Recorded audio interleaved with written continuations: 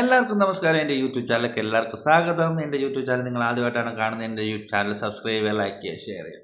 അപ്പോൾ big boss Malayalam 7 ഇന്നത്തെ എപ്പിസോഡിൻ്റെ ഒരു ഹൈലൈറ്റ് ആയിട്ടുള്ള കാര്യങ്ങൾ പറയാൻ വേണ്ടിയിട്ടാണ് ഞാൻ വന്നിരിക്കുന്നത്. ഡീറ്റെയിൽസ് ആയിട്ടൊന്നും പറയുന്നില്ല, ഞാൻ കണ്ടതിൽ ചുരുക്കി പറയാമെന്നാണ് വിചാരിക്കുന്നത്. ഓക്കെ, അപ്പോൾ ഇന്ന് രാവിലെ തന്നെ കോഫി ജിസേൽ ഞാൻ കണ്ടത് നവീനും ജിസേലൂടെ കോഫി കട്ട് വെക്കുന്നുണ്ടായിരുന്നു. ജിസേൽ കോഫി കട്ട് വെച്ചിട്ട് എങ്ങനെയോ വീട്ടുകാർക്ക് കിട്ടിയിട്ട് അതിൻ്റെ പേരിലുള്ള മുട്ട വഴക്ക് അവിടെ തന്നെ ഉണ്ടായിരുന്നു. പക്ഷെ ജിസേൽ അത് പറഞ്ഞ് നിൽക്കുന്നുണ്ടാണ് ഞാൻ കേട്ടത്. വെച്ചിട്ട് ജിസേൽ പറയുന്നത് നിങ്ങൾ കണ്ടുപിടിക്കാൻ നിങ്ങളുടെ കുഴപ്പം, അത് എൻ്റെ തലയിൽ ഇടേണ്ട ആവശ്യമില്ല എന്നാണ് ജിസേൽ പറയുന്നത്. മീൻസ് അങ്ങനെ ആ രീതിയിലാണ് സംസാരിക്കുന്നത്. അതായത് ജിസേൽ എല്ലാവരും പറഞ്ഞു ജിസേൽ കള്ളത്തരം ചെയ്യും, പക്ഷെ അത് കട്ടാൻ മാത്രം പോരാ നിൽക്കാനും പഠിക്കുന്ന പറഞ്ഞിട്ട് നിൽക്കുന്ന ജിസേലിന് നല്ലോണം അറിയാം കേട്ടോ. അപ്പോൾ അതിൽ ആ പെണ്ണുങ്ങൾ മാത്രം ജിസേലിൻ്റെ പുറകിന് കിടന്നിട്ട് അടിയൊക്കെ ഉണ്ടാക്കുന്നുണ്ട്. പക്ഷേ അവിടുത്തെ ആണുങ്ങളെല്ലാം പഴംപിഴിങ്ങനെ കൂട്ടും അവിടെ നോക്കിയിരിപ്പുണ്ടായിരുന്നു. എന്തായാലും അത് കഴിഞ്ഞപ്പം സെക്കൻഡായിട്ട് വന്ന ജയിൽ നോമിനേഷനായിരുന്നു. ജയിൽ നോമിനേഷനിൽ വന്നത് ഒനിയിലും ജിസേലും ആയിരുന്നു. എന്താ വെച്ചാൽ കോഫിയുടെ കാര്യങ്ങളൊക്കെ ഇപ്പം ജിസേലിന് ഒരുപാട് ഇത് പറയുന്നുണ്ട്. എന്നാലും നമ്മുടെ ആരിനെ കുറിച്ചിട്ട് കുറേ കമൻറ്റുകൾ വന്നിട്ടുണ്ടായിരുന്നു, ചിരിച്ചതിനെ കുറിച്ചിട്ടൊക്കെ. പക്ഷെ എന്നാലും കൂടുതൽ വന്നത് ജിസേലും ഒനിയിലുമാണ്. അപ്പോൾ ജയിലിൽ പോകുന്നത് ജിസേലും ഒനിയിലും ആയിരുന്നു.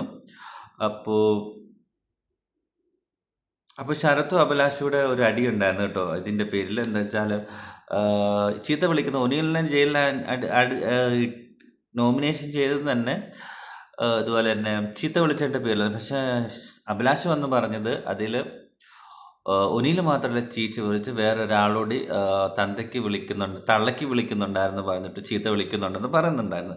അപ്പോൾ ഇത് അഭിലാഷ് വന്നു ശരത്തിനോട് പറയുന്നുണ്ട്. ശരത്താണ് അറിയോ ഗിസലിനെ ഒന്നും തള്ളയ്ക്കോ അമ്മയ്ക്കോ അങ്ങോട്ട് ആർക്ക് വിളിച്ചെന്ന് ഇങ്ങനെ പറയുന്നുണ്ട്. അവരൊന്നുകൂടെ ഒരു തർക്കം ഉണ്ടാകുന്നുണ്ടായിരുന്നു. അതിൻ്റെ ഇടയിൽ മോർണിംഗിൽ തന്നെ അവരുടെ ഇടയിൽ തർക്കം ഉണ്ടായിരുന്നു. പക്ഷേ ഇന്ന് ഫുഡെല്ലാം താമസിച്ചാണ് കിട്ടിയത്. എന്തോ കറി വെച്ചതോ ചപ്പാത്തി വെച്ചതോ പ്രശ്നമായിട്ട് അതിൻ്റെ പേരിൽ വീട്ടിൽ ഭയങ്കര ബഹളമായിരുന്നു.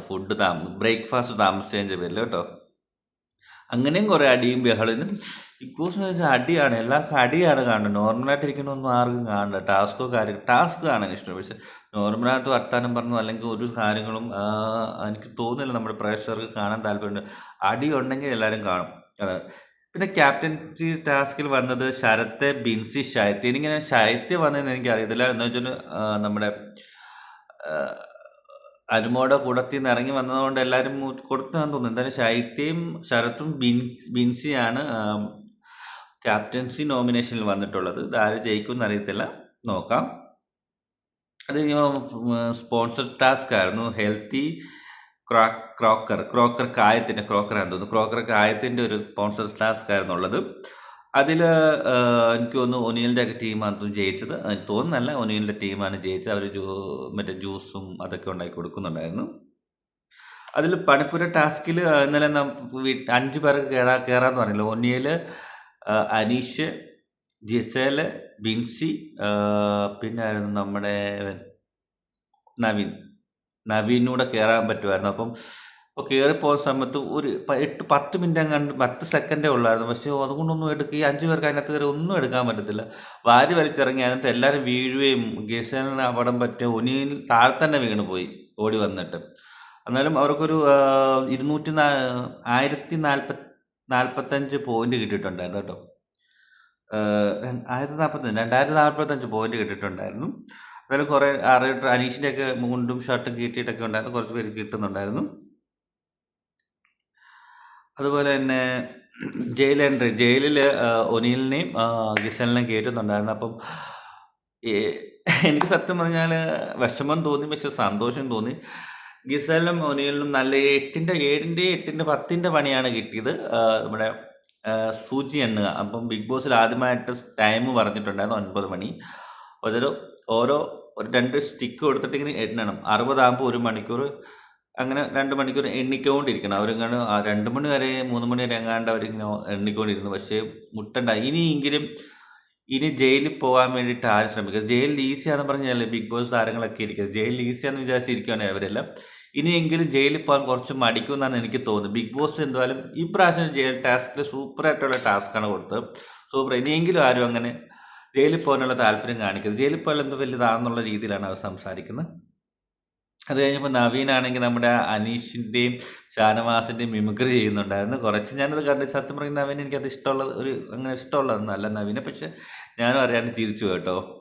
കുഴപ്പമില്ലായിരുന്നു. എന്നാലും നോർമലായിട്ടൊക്കെ ഇത് ചെയ്തിട്ടു. അപ്പം വലിയ ടാസ്കുകളൊന്നും കാര്യങ്ങളായിരുന്നു. അതിൻ്റെ ഇടയിൽ ശാരികയും അക്ബറും തമ്മിൽ മുട്ടിഞ്ഞ് അടിയുണ്ടായിരുന്നു കേട്ടോ. മറ്റേ അനീഷിനൊരു അബദ്ധം പറ്റി.